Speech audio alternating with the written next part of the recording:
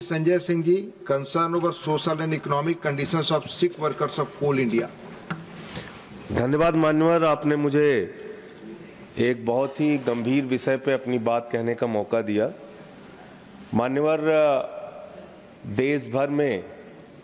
जो बिजली की आपूर्ति थर्मल पावर के माध्यम से, थर्मल पावर प्लांट के माध्यम से होती है, उसको संचालित करने में कोल इंडिया का और कोल इंडिया के मजदूरों का बहुत महत्वपूर्ण योगदान होता है। और मुझे याद है मान्यवर कि जब कोरोना का समय था, उस वक्त भी कोल इंडिया ने अपना प्रोडक्शन बंद नहीं किया और मजदूरों ने अपना जान जोखिम पे डाल के देश के अंदर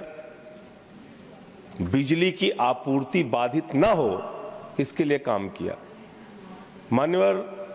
कोल इंडिया का खुद का नेशनल वेज एक्ट है और उस नेशनल वेजेस एक्ट के तहत ये साफ तौर पे लिखा गया है, उसका क्लास 9.4 है, जो कहता है कि जो मजदूर कोल इंडिया में काम करते करते गंभीर रूप से बीमार हो जाएगा,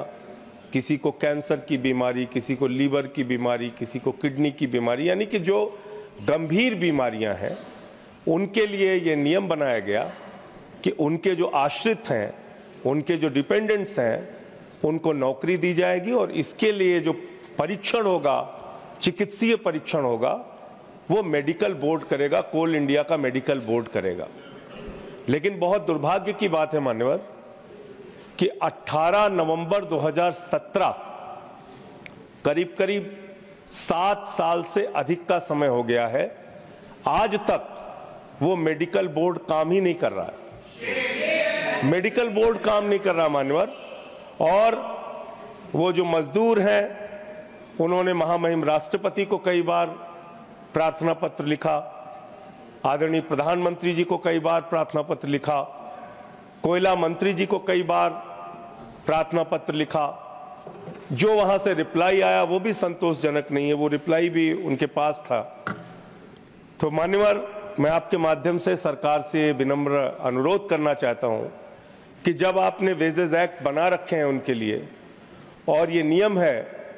कि जो लोग गंभीर रूप से बीमार होंगे, मेडिकल बोर्ड उनका चेकअप करेगा और जो उनके आश्रित हैं, जो उनके डिपेंडेंट्स हैं, उनको नौकरी दी जाएगी, तो उस मेडिकल बोर्ड को 7 साल से क्यों बंद रखा गया है, क्यों वो काम नहीं कर रहा है? पहली तो इसकी जांच होनी चाहिए और उन लोगों पे कार्रवाई होनी चाहिए। और जो लोग